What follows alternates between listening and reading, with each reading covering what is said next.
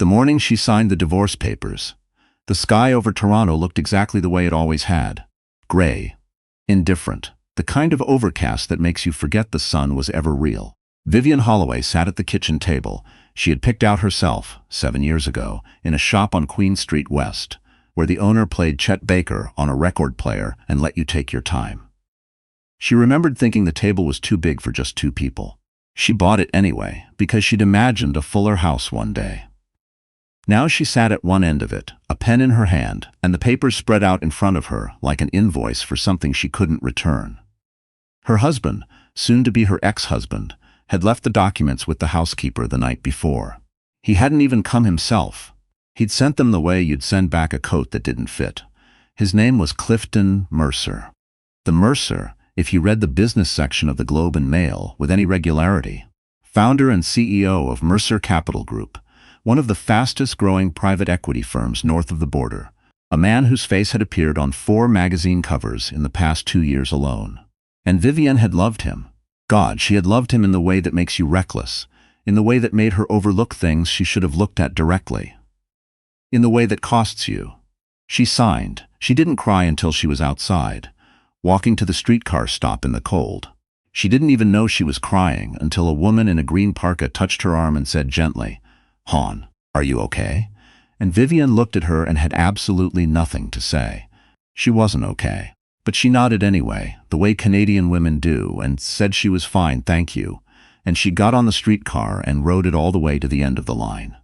She hadn't seen it coming. That was the part she couldn't stop turning over. Or no, that wasn't true. She had seen things. She had chosen not to look. She had seen the way Clifton's assistant, a woman named Blair, laughed at his jokes with an intimacy that wasn't professional. She had seen weekend conferences that left no digital trail. She had seen him look at her across the dinner table one evening, with an expression she could only describe as absent, as if he were calculating the exit distance. But Clifton was magnetic in the way that makes you doubt your own eyes. He was the kind of man who could make you feel like the most important person in the room one minute, and by the next minute you were wondering if you'd imagined it. Vivian had a law degree from Osgoode Hall and 15 years of litigation experience.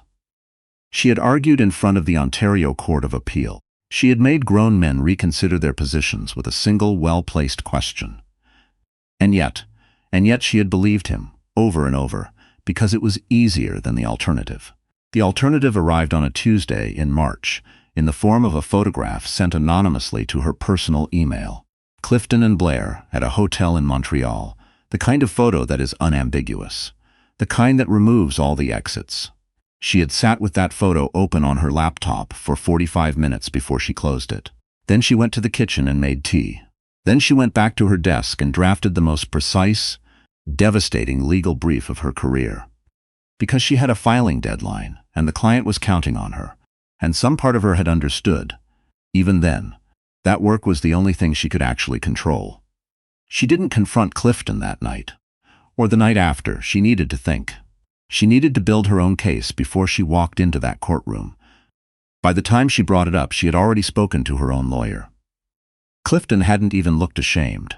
That was what broke something clean inside her.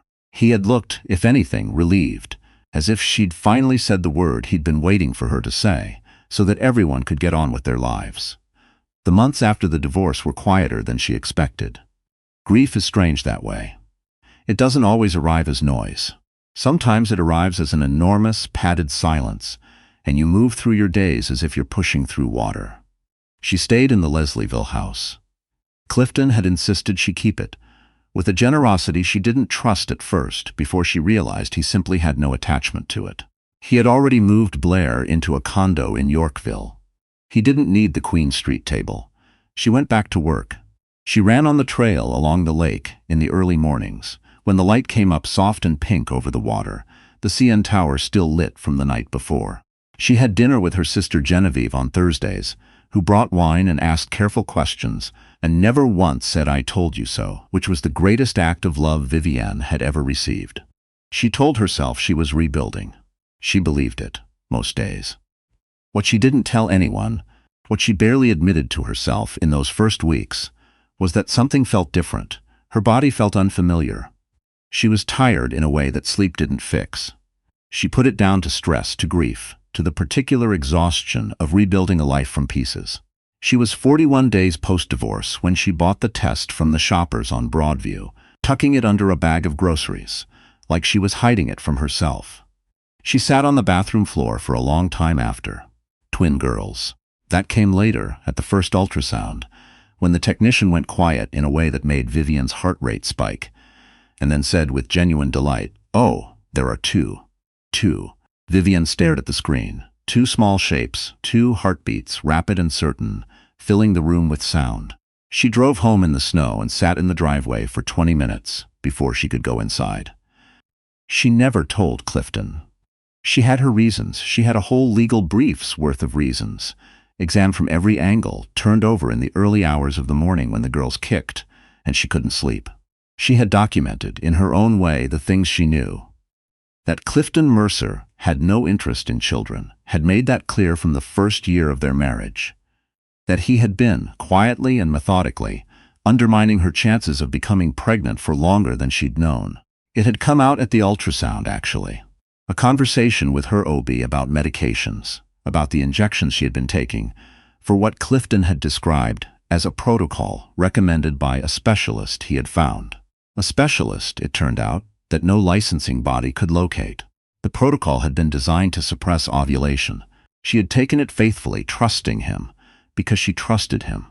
He had missed a renewal. He had been traveling, and in that window, that single, accidental window, the girls had arrived. She sat with that knowledge the way you sit with something that can't be made smaller by looking at it directly. She didn't cry. She was past crying about Clifton Mercer. What she felt was something colder and cleaner, a kind of clarifying fury, the kind that organizes itself into action rather than dissolving into noise. She told her OB. She told Genevieve, who went very still and then said quietly, "Viviane, you need to document all of this." She told her lawyer. She began to document. She was 7 months along when she ran into Harrison Okafor at a coffee shop on King Street. Not ran into, exactly. She knew he would be there. He had sent a message through a mutual colleague, asking if she'd be willing to speak with him. She almost said no. She said yes because she was a litigator, and she never said no to information. Harrison Okafor was not the kind of man who appeared in business magazines. He was the kind of man who appeared in legal filings, behind the scenes, funding the filings, owning the companies that retained the lawyers who filed them. He had been, she knew, a quiet rival of Clifton's for years, not in the flashy, combative way, but in the way of water against stone. He was already at the window table when she arrived. He stood when he saw her. He did not look at her pregnancy with surprise or discomfort, which immediately put her slightly more at ease. "Mrs. Holloway," he said. "Mr. Okafor," she said, and sat down. He got to the point quickly, which she respected. "There were things happening at Mercer Capital Group," he said. "Things she might want to be aware of." Not because he was asking her for anything, he said carefully, but because she had certain interests that might be affected, and because she struck him, from everything he'd heard, as someone who preferred to know. She listened. She asked 3 questions. She did not commit to anything. She drove home and called her lawyer from the parking garage and said, "I need you to start pulling corporate registry filings, all of them." The girls arrived in October at St. Michael's Hospital, 6 days before her due date. Labor was 19 hours, which her OB described as not bad, all things considered, and which Viviane would have described rather differently. Genevieve was there. Her mother flew in from Halifax and wept, beautifully in the way of a woman who had been waiting for this exact moment for most of her life. Viviane held them, one, then the other, then both at once, her arms burning with the weight, and felt something she had no legal term for, something prior to language, something that made all the months of water-pushing grief rearrange themselves into a different shape. She named them Rosalind and Francis, after no one in particular, because they looked like themselves from the very first minute. She did not contact Clifton. What was happening to Clifton Mercer during those months was the kind of collapse that happens slowly, and then all at once. It had begun, though she only understood this later, assembling the timeline, before the divorce. Someone had been moving money at Mercer Capital in ways that left traces designed to look like Clifton's traces. A signature here, an authorization there, both on documents that Clifton's own legal team could not fully account for. The board had begun asking questions, quiet questions at first, then less quiet. The problem with building an empire on the fact of your own indispensability is that the moment someone demonstrates you are dispensable, the whole architecture shakes. And someone had been very carefully, very methodically demonstrating exactly that. Harrison Okafor, Vivian suspected, though she never asked directly, and he never confirmed. He had his own reasons, she understood. She didn't need to be responsible for them.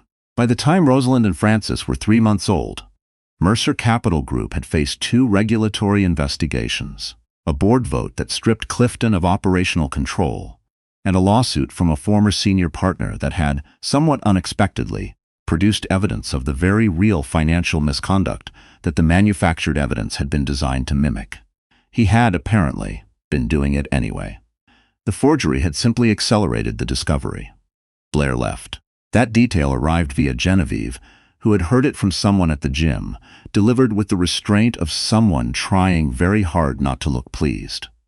Vivian didn't feel pleased. She felt nothing in particular about it, which surprised her. She had spent so much of the previous year bracing against Clifton Mercer, and now that he was simply diminished, reduced, a man with a great deal less than he'd had, he occupied so much less space in her than she expected. She had other things to occupy her. The issue of the divorce agreement surfaced in February, when her lawyer called and asked if she had read the second addendum to the separation clause.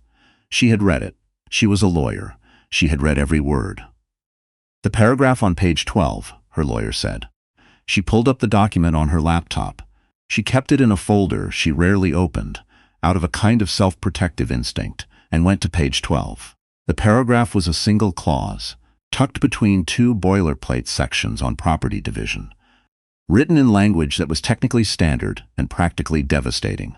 In the event that children were born of the marriage subsequent to separation, but prior to the finalization of the divorce. A situation so unusual that it warranted precisely this kind of obscure clause. The custodial rights of both parties would be subject to a formal determination, which was normal, except that buried in the language was a sentence that, under certain readings, could be interpreted as Vivienne having waived specific rights of sole guardianship in exchange for the property settlement. It wasn't what she had agreed to, but she had signed it. Her lawyer had caught it while reviewing a separate filing. "I should have caught this earlier," he said. "I'm sorry." Vivienne sat very still. "Can we contest it?" "We can contest it. We have a strong case. The clause was buried in bad faith. We can argue unconscionability, I think. But Vivienne," he paused, "if Clifton finds out about the girls—" "He will find out," she said. She was already thinking through it. "He'll find out anyway. Better it comes from us." She spent 3 days preparing. She went through every document, every message, every medical record she had been quietly accumulating. She called Harrison Okafor. Not to ask for anything, she was clear about that, but because he had access to information she needed, and because she had, in the months since their coffee shop meeting, come to understand that his interest in her well-being was not purely professional. "I need to know," she said, "exactly how far the board's authority extends over Clifton's personal assets. And I need to know about the Cayman account that shows up in the Q3 transfer logs." He went quiet for a moment. "I'll have someone send you what I have," he said. "Vivienne." He paused. "How are the girls?" She felt something shift carefully in her chest. "They're good," she said. "Rosalind figured out how to roll over. Francis is furious about it." He laughed, a real laugh, not a professional one. "Send me a picture if you want." She did. She wasn't sure afterward exactly when that had started to feel natural. The hearing was scheduled for April in a courtroom she had been in before, on the other side. It was strange to be the one sitting at the plaintiff's table, to be the one whose hands were folded on the folder, who looked straight ahead and waited. Clifton arrived with 2 lawyers she recognized and one she didn't, and sat across the room without looking at her. He looked older, she noticed. Not badly. He still had the jaw, the posture, the careful presentation. But there was something around his eyes that hadn't been there before, a tiredness that didn't have the same confidence behind it. The case took 11 days. On the first day, her lawyer presented the medical documentation, the injections, the specialist who didn't exist, the suppression protocol that Clifton had organized without her knowledge or consent for 2.5 years of their marriage. The courtroom was very quiet when he said it. On the fourth day, her own testimony. She answered every question in the same voice she used in court, professionally, measured, precise, specific.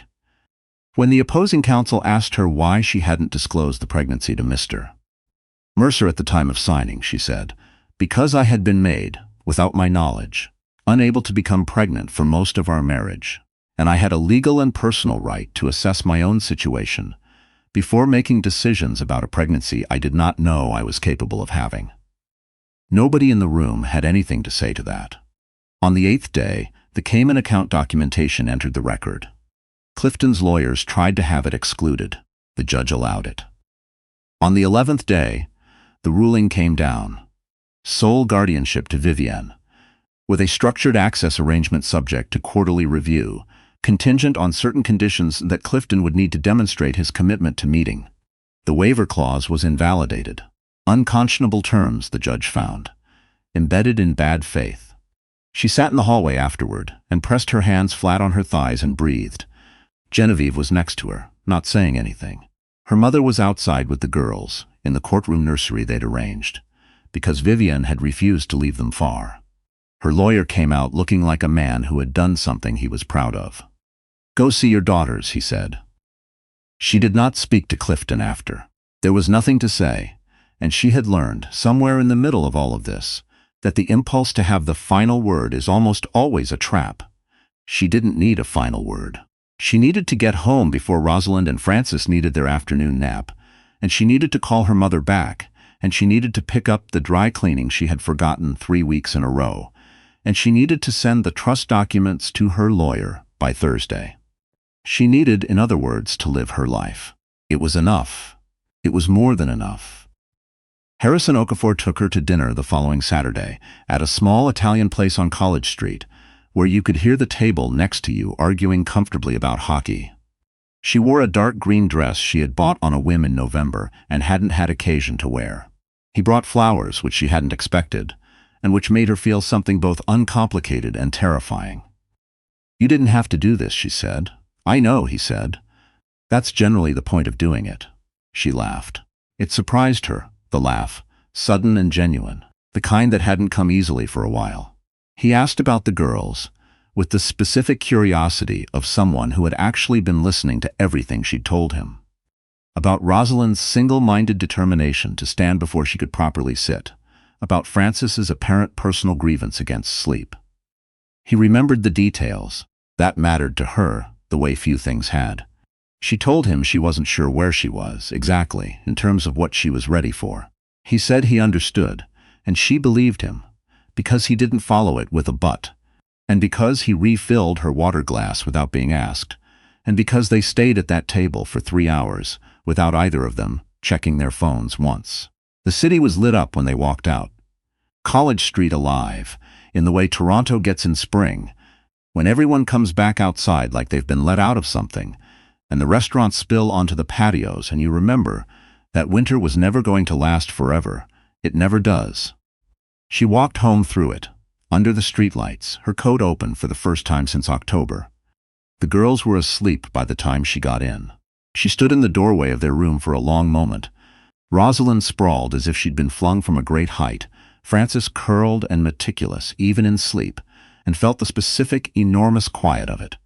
Not the quiet of absence, the quiet of arrival. Clifton Mercer would sort out his own accounting, or he wouldn't. The board would decide what it decided. The city would keep doing what cities do. Cycling through its seasons, indifferent and beautiful, the lake out there past the buildings, going nowhere and going everywhere. She went to the kitchen and made tea, and sat at the big table she had bought 7 years ago, because she had imagined something fuller and thought, well, here it is.